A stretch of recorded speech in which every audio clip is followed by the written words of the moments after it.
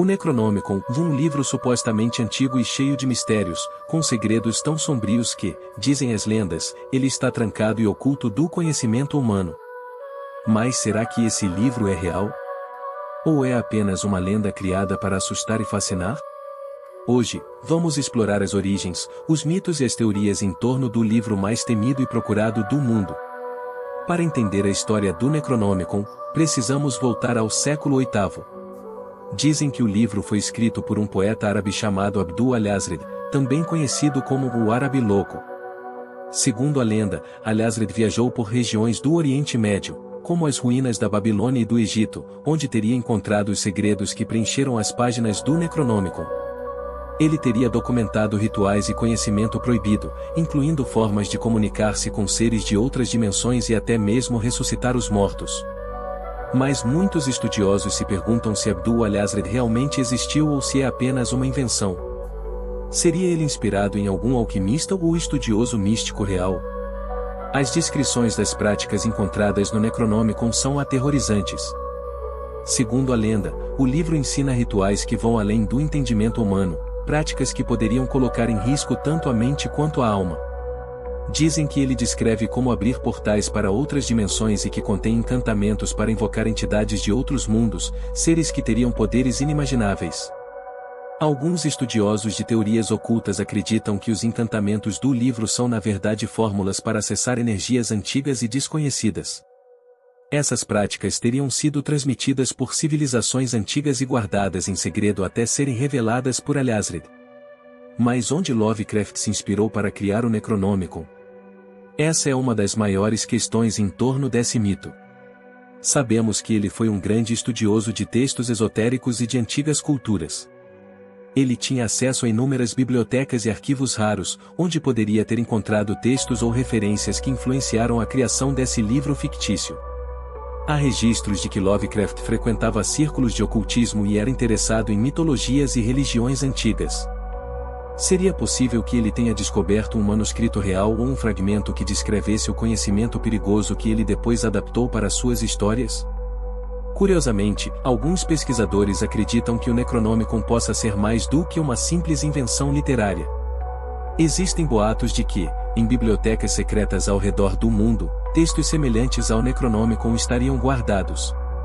Por exemplo, a Biblioteca Nacional da França e o Vaticano são frequentemente citados como locais onde manuscritos proibidos e antigos são mantidos em segredo. Será que o Necronomicon é um desses textos ocultos, escondido dos olhos públicos para que o conhecimento nele contido nunca seja revelado? Essa é uma questão que gera controvérsias até hoje. Ao longo dos séculos, surgiram relatos sobre o avistamento de cópias do Necronomicon. Nos anos 1920, dizem que uma suposta cópia do livro teria sido vista em uma biblioteca nos Estados Unidos, mas desapareceu antes que qualquer estudo aprofundado pudesse ser feito. Outros relatos apontam que uma versão do livro está guardada em uma coleção particular na Europa, sob vigilância constante. Alguns afirmam que o Necronomicon estaria passando de colecionador em colecionador, mantido em segredo devido ao seu conteúdo perigoso. Como explicar essas histórias? Seriam apenas rumores criados pela fama do livro ou há alguma verdade por trás desses relatos? E o que dizer dos efeitos do Necronomicon sobre aqueles que o leem? Dizem que o livro possui uma espécie de proteção maldita, onde aqueles que tentam desvendar seus segredos acabam afetados pela loucura.